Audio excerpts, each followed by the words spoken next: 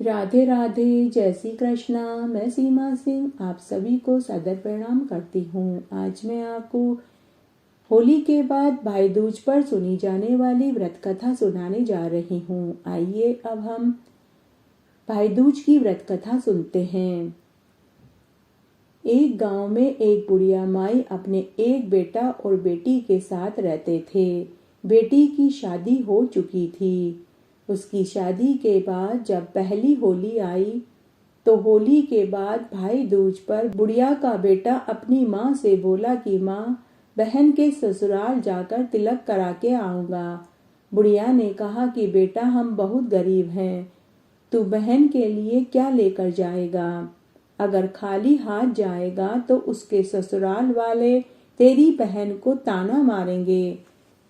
तो बुढ़िया का बेटा बोला कि माँ, मेरे पास कुछ रुपए हैं, मैं बहन के लिए गुड़ खरीद लूंगा। इस तरह भाई गुड़ लेकर अपनी बहन के ससुराल जाने लगा। तब रास्ते में एक नदी आई। जब बुढ़िया का बेटा नदी पार करने लगा तो बीच नदी में पहुंचते ही नदी ने बुढ़िया के बेटे से कहा कि मैं तुझे डुबोऊंगी। बुढ़िया का बेटा बोला कि मैं अपनी बहन से तिलक कराने जा रहा हूँ, जब मैं वापस आ जाऊं तो आप मुझे डुबो देना। फिर वह आगे चल दिया। आगे घना जंगल आया। तभी वहां एक सांप आ गया। सांप ने कहा कि मैं तुझे खाऊंगा। बुढ़िया के बेटे ने वापस वही कहा कि मेरी बहन का आज भाई दूज का व्रत है, जब तक वह मुझे तिलक नहीं कर देगी वह अन्न जल ग्रहण नहीं करेगी, इसलिए मैं उससे तिलक कराने जा रहा हूँ। जब मैं वापस आ जाऊं तो आप मुझे खा जाना। फिर वह आगे चल दिया। थोड़ा आगे जाने पर बुढ़िया के बेटे को एक शेर मिला। शेर ने कहा कि मैं तुझे खाऊंगा, मैं तेरा काल हूं।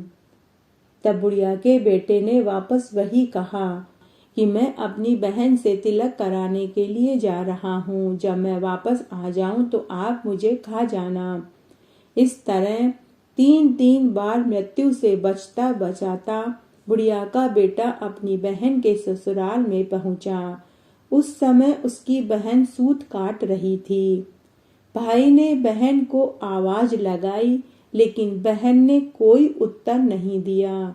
2-3 आवाज देने पर भी बहन नहीं उठी। तो भाई मन ही मन सोचने लगा कि बहन तो अब पैसे वाली हो गई है, मेरी आवाज ही नहीं सुन रही। भाई वापस मुड़ जाता है। उधर बहन का सूत का तार भी जुड़ गया।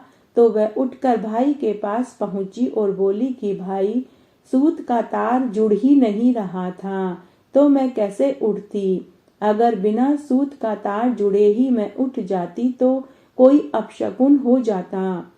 फिर बहन भाई को लेकर घर के भीतर आई।